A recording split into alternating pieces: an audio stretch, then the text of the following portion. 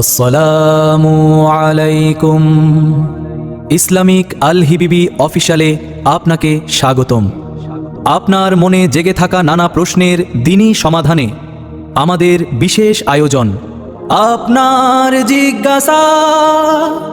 আসসালামু আলাইকুম ওয়া রাহমাতুল্লাহ।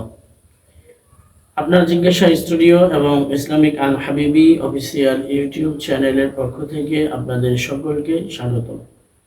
আজকের যে প্রশ্ন নিয়ে আলোচনা করব সেটি হলো, স্কুল মাদ্রাসার শিক্ষকরা পড়ানোর পরেও কেন প্রাইভেট পড়তে হবে, কেন শিক্ষক ও শিক্ষার্থীরা প্রাইভেটের বেশি ঝুঁকে পড়ছে।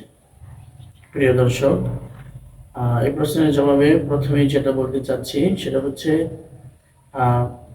প্রাইভেট পড়া সবসময় খারাপ নয়। কোনো শিক্ষার্থী যদি কোনো বিষয় বুঝতে না পারে তাহলে অতিরিক্ত সহযোগিতা নেওয়া যেতে পারে, কিন্তু আজ এমন একটি অবস্থা তৈরি হয়েছে যেখানে অনেকেই মনে করে প্রাইভেট না পড়লে ভালো ফলাফল করা সম্ভব নয়।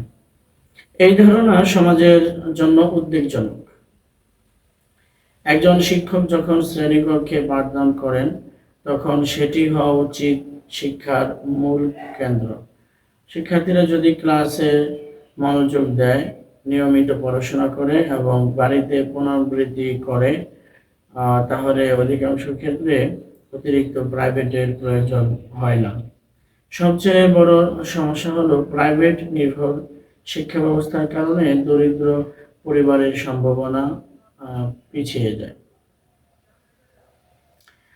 একজন ধনী পরিবারের ছাত্র হয়তো একাধিক প্রাইভেট শিক্ষক রাখতে পারে, কিন্তু একজন গরিব কৃষক, শ্রমিক বা দিনমজুরের সন্তান সেই সুযোগ পায় না।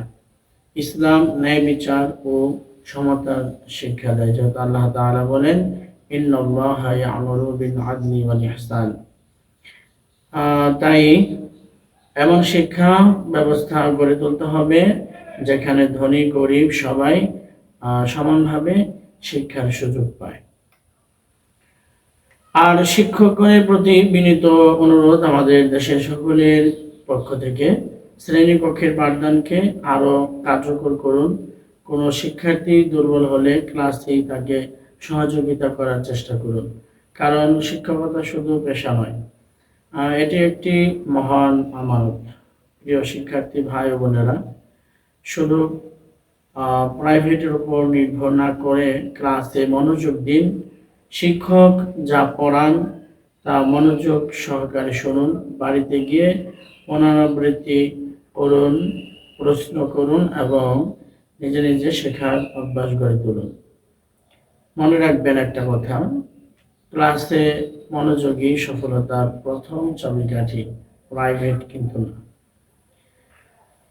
আজকের ভিডিও থেকে আমরা যেটা মেসেজ দেওয়ার চেষ্টা করলাম সেটা হচ্ছে, শিক্ষার মূল ভিত্তি হওয়া উচিত শিক্ষক শ্রেণীকক্ষে পাঠদান যা করায়। তাই প্রাইভেট কখনো মূল শিক্ষা হতে পারে না, বরং প্রয়োজন হলে সহায়ক মাধ্যম হতে পারে।